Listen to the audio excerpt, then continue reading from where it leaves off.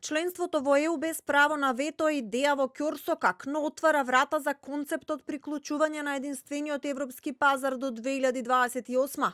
Вака анализира основачот на Европската иницијатива за стабилност Гералд Кнаус за ТВ24. Според Кнаус, членството од втор ред е сценарио со европски пукнатини, кое нема да успее.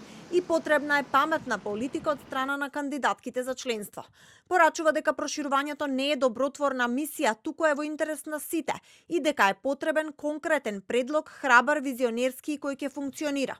And there's the question of voting rights, not just the veto, but voting rights, European parliamentarian seats. So I don't think that the current idea of admitting Ukraine or other countries without a veto alone will work. But I see a huge opportunity for another idea, which we have put on the table for many years, which is to say any country that meets the criteria should then, in the next, by 2028, should be able to join the single market. Ukraine, but also North Macedonia. Кнаус порачува, ако на Македонија во 2019-та и се дадеше шанса и предлог, доколку ги имплементира реформите и да се вклучи во единствениот европски пазар и Шенген, немаше да треба да ги поминува сите пречки и ќе имаше повеќе инвестиции. Вели дека уште за време на преговорите со Софија изјавил дека францускиот предлог нема да функционира. Кнаус повторно го враќа во игра и сценариото уставни измени со одложено дејство. If you change your constitution, and you have conferences and meetings, but there is no guarantee that this process leads to any result, well, why would you change your constitution? But there is a way out.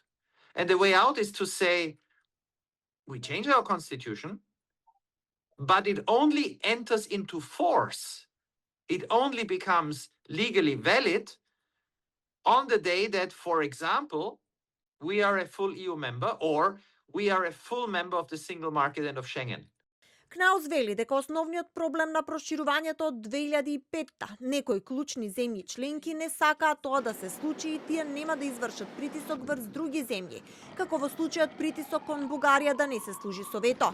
Вели дека голема илузија е да се чека дека во скоро време во Европската Унија ќе се случи гласање со квалификувано мнозинство. Се соочуваме со вистински парадокс, порачува Кнаус. Проширувањето беше најуспешната европска политика. Полска денеска е поважен извозен пазар за Германија од Кина, а германскиот извоз е поголем во Романија отколку во Јапонија.